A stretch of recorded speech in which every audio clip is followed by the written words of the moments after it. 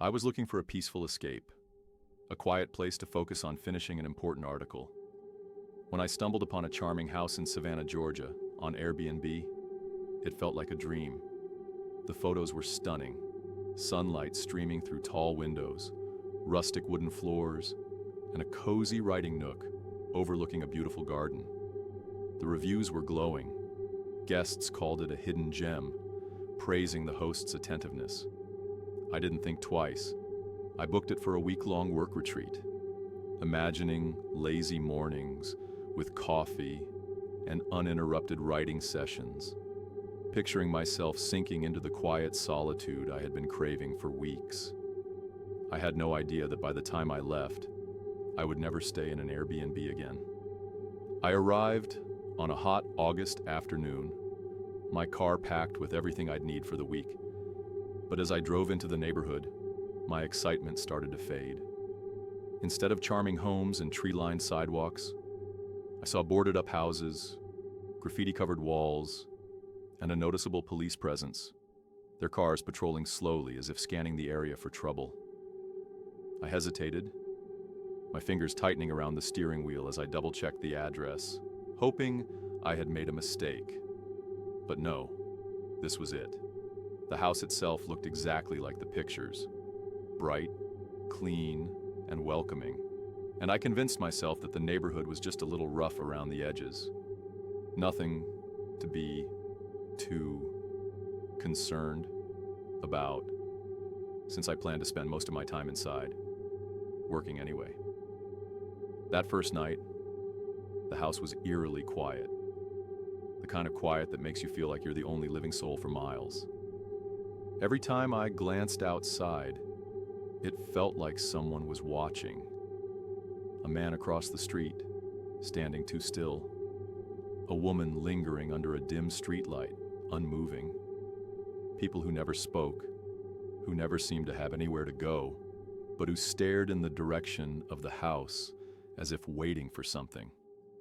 At one point, I noticed a man pacing back and forth, stopping occasionally to glance at my car, his eyes lingering on the license plate before moving along, but something about the way he did it made the back of my neck prickle with unease. That night, I was jolted awake by a sound, a faint thud against the side of the house, followed by silence. At first, I told myself it was nothing, the house settling, or maybe a stray branch falling from a tree. But as I lay there listening, I heard it again. A deliberate noise, a dull tap against glass. My heart pounded as I sat up, my breath catching in my throat as I reached for the curtain and pulled it back just an inch. Two figures stood outside, their dark silhouettes barely visible in the dim glow of the streetlight. They weren't talking. They weren't moving. They were just there, facing the house, staring at it like they were waiting for something. The next night, it got worse. At exactly 11:42 p.m., just as I was about to shut my laptop and head to bed, I heard something scrape against the window pane, slow and deliberate, as if someone were testing the glass. At first, I thought it was an animal, maybe a cat or a raccoon. But as I turned my head and focused on the sound, I realized it was too precise, too careful. I stood up, slowly, my heart hammering in my chest as I stepped closer to the window, careful not to make a sound. And when I finally dared to look, my stomach dropped. A handprint, smudged and fresh, pressed against the glass. On the fifth night, the silence outside was so complete it felt unnatural, pressing in around the house like a thick fog, muting every distant sound, every whisper of wind. I sat at my laptop, pretending to work, pretending I wasn't rattled, but the tension had settled deep in my bones, making it impossible to focus. Then, a noise, a faint click, the sound of the front door handle turning. I froze, my entire body going rigid as I stared at the door, my skin suddenly too tight, my breaths shallow. I hadn't heard footsteps outside, no crunch of gravel or shuffle of shoes. So how had someone reached the door without making a sound?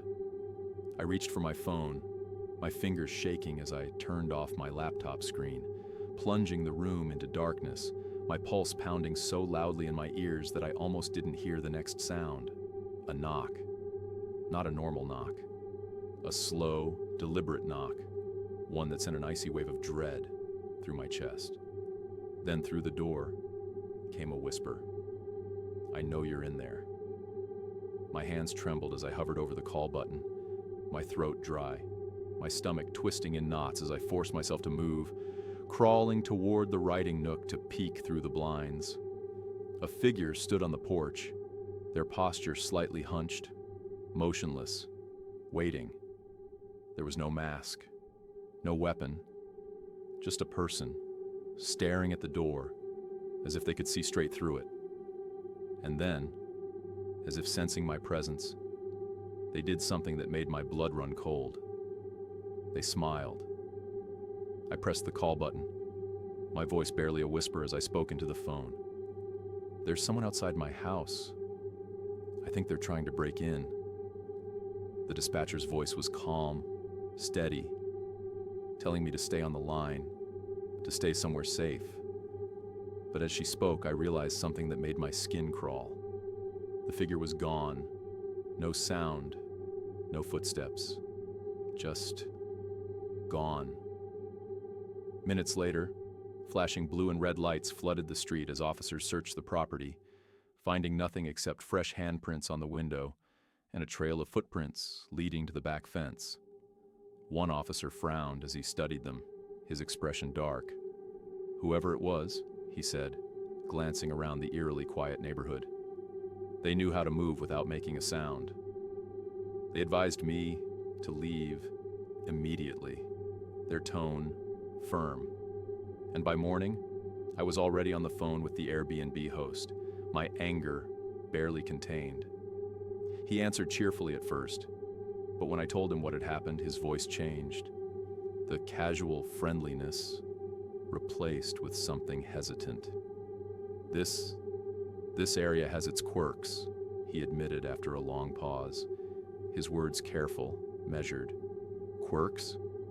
Someone tried to break in last night. Why didn't you mention the crime? In your listing," I demanded, my patience gone. There was silence, then finally a quiet confession. "It's happened before, a few times." My stomach dropped. "Why didn't you warn me?" I asked, my voice barely above a whisper. His answer still haunts me. "Because they only target guests who come alone." I hung up and left that afternoon, not stopping until I was miles away, my hands still gripping the wheel too tightly. Airbnb refunded my stay. They investigated the host, but none of that changed what happened. Now, every time I travel, I check more than just the property. I check the neighborhood. I check the crime rate. Because sometimes, a house that looks perfect in photos can become a nightmare you'll never wake up from.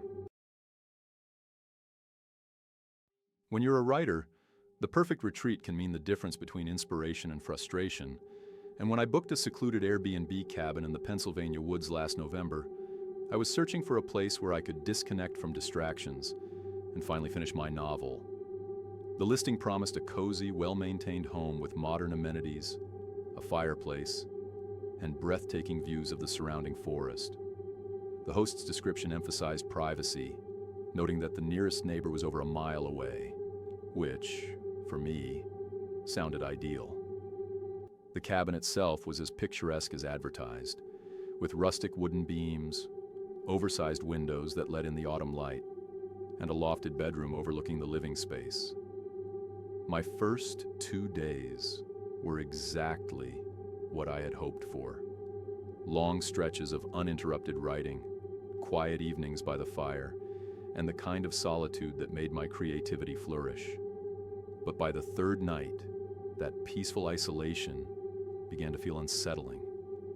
I was up late, typing away at my laptop, when I first heard it.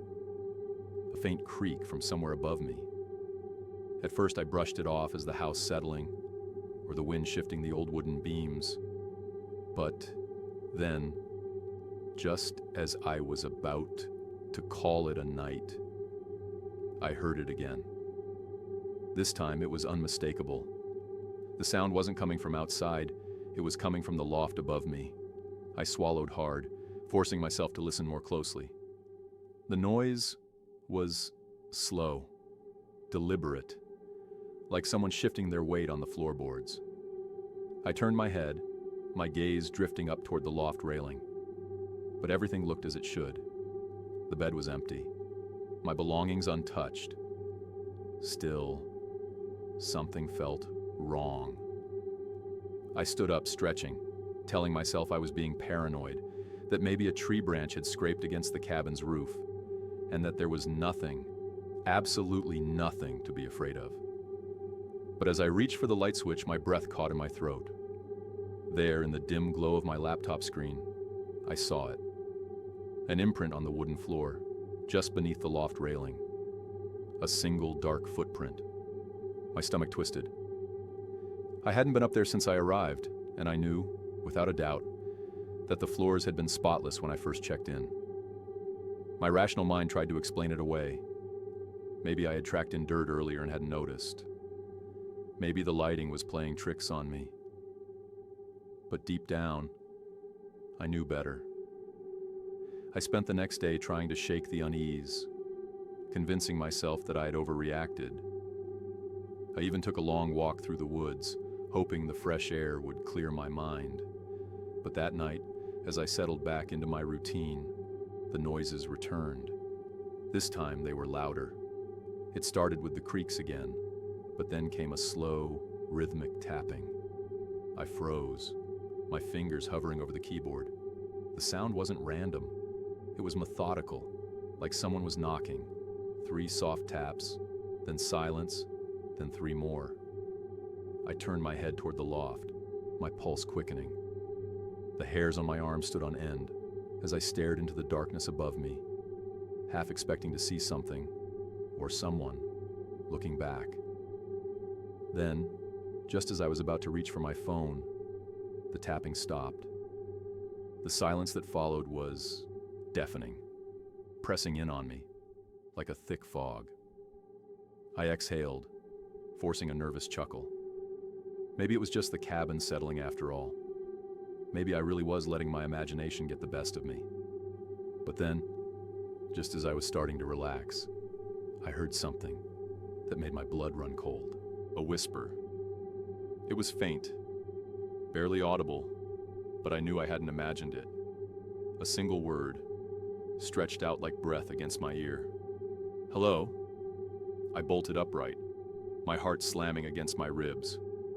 My eyes darted around the room, searching for any sign of movement, but there was nothing. The door was still locked. The windows were shut. I was alone, or at least I was supposed to be. Grabbing my phone, I dialed the host's number, my fingers trembling. He answered after a few rings, his voice groggy with sleep. "Hey, sorry to bother you so late," I said, my voice barely steady. I need to ask, has anyone else stayed in this cabin recently?" There was a pause, longer than I expected. Then finally, he exhaled. "Not recently," he admitted, "but, there was someone before you." I gripped the phone tighter. "What do you mean?" "Last guy checked out early. He left in the middle of the night. Never said why. Just packed up and left." A chill ran down my spine. "Has anything weird ever happened here?" I pressed. "Strange noises? Things moving on their own?" The silence stretched again, and that was all the answer I needed. "Look, I'm sure it's nothing," the host said finally, his tone forced. "Just old houses, you know? They creak, they settle. Try not to think too much about it." I hung up without responding, my mind racing. I didn't sleep that night. I kept every light on, sitting rigidly on the couch, listening to every little noise, every whisper of wind against the cabin walls, every imagined footstep. By the time morning came, I had made up my mind.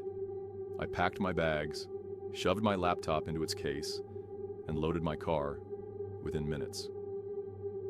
As I locked the door behind me, I took one last look at the cabin, at the loft railing where I had seen the footprint, and at the empty windows reflecting the pale morning light. It was probably nothing, just an overactive imagination, just the natural sounds of an old cabin in the woods. That's what I told myself as I drove away, leaving it behind. But as I merged onto the highway, I glanced at my rearview mirror, and for the briefest second, I could have sworn I saw a shadow in the loft window, watching me leave. I haven't stayed in a cabin alone since.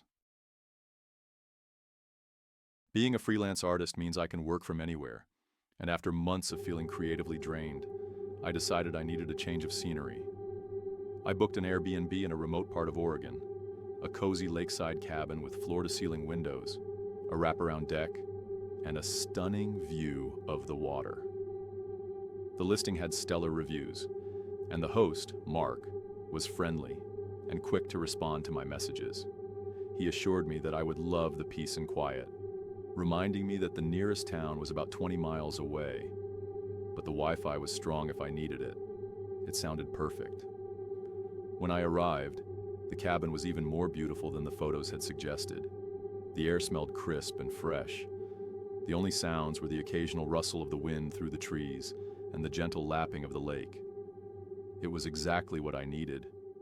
I spent the first day unpacking, setting up my workspace, and walking along the shore, letting myself unwind from the stress of city life. The first sign that something was off came later that night. As I was finishing up a sketch in the living room, I heard a soft plunk outside. I turned my head toward the lake, expecting to see a bird or maybe a fish breaking the surface, but the water was still. I shrugged it off as nothing and went to bed. The next morning, I woke to a message from Mark. "How's the cabin treating you? Hope you got some rest. That bed is my favorite spot for an afternoon nap." I replied politely, saying everything was great, but something about the message unsettled me. I hadn't mentioned the bed, nor had I sent any updates since arriving. Maybe he was just making conversation, I told myself, brushing it off. That evening, as I sat on the deck watching the sunset, another message came through. "Best view in the house, right? The way the light hits the water is unreal." I stared at my phone, my grip tightening slightly. I hadn't mentioned that I was sitting on the deck, but maybe he just knew his property well. Maybe everyone who stayed there watched the sunset. Still, my stomach twisted slightly. I decided to ignore it, focusing on my work instead. By the third night, the unease had settled deep in my bones. I was finishing a digital piece on my tablet when a soft noise came from outside, a gentle splash, like something had been dropped into the lake. I stood up and moved toward the window, peering out into the darkness. The lake stretched out in front of me, calm and undisturbed, but then I noticed something near the shore. A figure, standing in the water, motionless. My breath caught. I reached for my phone, but when I glanced back, the figure was gone. I didn't sleep well that night, every little sound sending my pulse racing. The next morning, I found wet footprints on the deck, leading from the shore to the sliding glass door. My stomach dropped. I checked my phone, my hands shaking, and saw another message from Mark. "Hope you got a good night's sleep. Let me know if you need anything." That was it. No mention of the footprints, no mention of the lake. But I couldn't shake the feeling that he already knew. I spent the day trying to rationalize everything, telling myself that I was being paranoid. But that night, as I settled in, a new message arrived. "You don't have to close the curtains, you know. The view is even better at night." I hadn't closed the curtains yet. A chill ran down my spine. My fingers hovered over the keyboard, but I didn't know what to say. I glanced at the windows, at the inky blackness beyond the glass, and the reflection of my own tense expression staring back at me. My heart pounded in my ears as I carefully moved toward the curtains and yanked them shut. I didn't sleep. I kept the lights on, my phone in my hand, listening for anything unusual. Then around 2 a.m., a new sound came. The unmistakable creak of the deckboards outside my door. My breath hitched. The sound stopped, followed by silence so thick it made my ears ring. Then, a single knock. Slow. Deliberate. I held my breath, gripping my phone so tightly my knuckles ached. I typed out a message to Mark, my fingers trembling. Is someone else on the property? No response. Another knock, this time softer, almost playful. I swallowed hard, forcing myself to move. I crept toward the window, careful to stay in the shadows, and peeked through a gap in the curtains. There, standing just outside the glass door, was a man, not moving, not knocking anymore, just staring. His face obscured by the darkness, his hands pressed against the glass. And then, as if sensing me watching, he tilted his head, just slightly, just enough to send a jolt of terror straight through me. I scrambled backward, grabbing my keys and shoving my feet into my shoes, my heart slamming in my chest. I wasn't staying to find out who he was or what he wanted. I grabbed my bags, stuffed my laptop into my backpack, and bolted for the car. As I sped down the narrow road leading away from the cabin, my phone buzzed one last time. A final message from Mark. Leaving so soon? I never responded. I never went back. Airbnb refunded my stay, and after a brief investigation, they removed Mark's listing. But even now, I can't stop thinking about it. About the footprints, the messages, the figure in the water, and most of all, about the fact that Mark knew I was leaving before I even walked out the door. I don't book remote stays anymore. Some views just aren't worth the risk.